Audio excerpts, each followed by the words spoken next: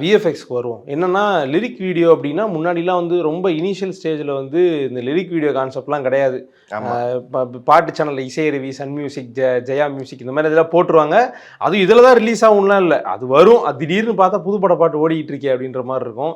அப்புறம் அதில் ரிலீஸ் பண்ண ஆரம்பித்தாங்க. அப்படியே கொஞ்சம் கொஞ்சமாக வளர்ந்து அந்த பாட்டுலேருந்து 1-2 ஸ்டில்ஸ் வரும், அதில் லைன்ஸ் வரும். இப்போ வந்து என்னன்னு தெரியல, ஃபுல் பாட்டு வந்து VFX plus AI mix and match அந்த மாதிரி பண்ணியிருக்காங்க. நம்மளால் கண்டுபிடிக்கவே முடியல எது ஏ எது அது அப்படின்னு கண்டுபிடிக்க முடியல. பட் அங்கங்கே சின்ன சின்ன கிளிச்சஸ் இல்லை சின்ன சின்ன விஷயங்கள் வந்து ஃப்ளாஸ் வந்து இருந்தது ஏஐயில்.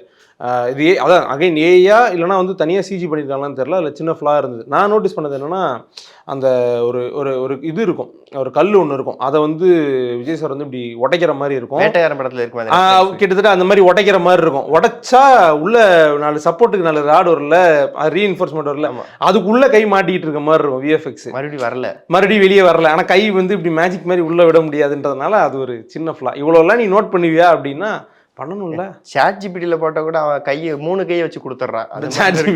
இல்ல அது நீங்க எதை போடுறீங்கன்ற, நீங்க என்ன போட்டு அந்த மாதிரி பண்ணீங்கன்னு கையை தான் போட்டது. 2 கை போட்டா 3 கை தெரியுது. அப்படியா? அது இருக்கும், சின்ன சின்ன ஃபிளாஸ் இருக்கும். அதுக்காக படத்துலயுமே அப்படி பண்றது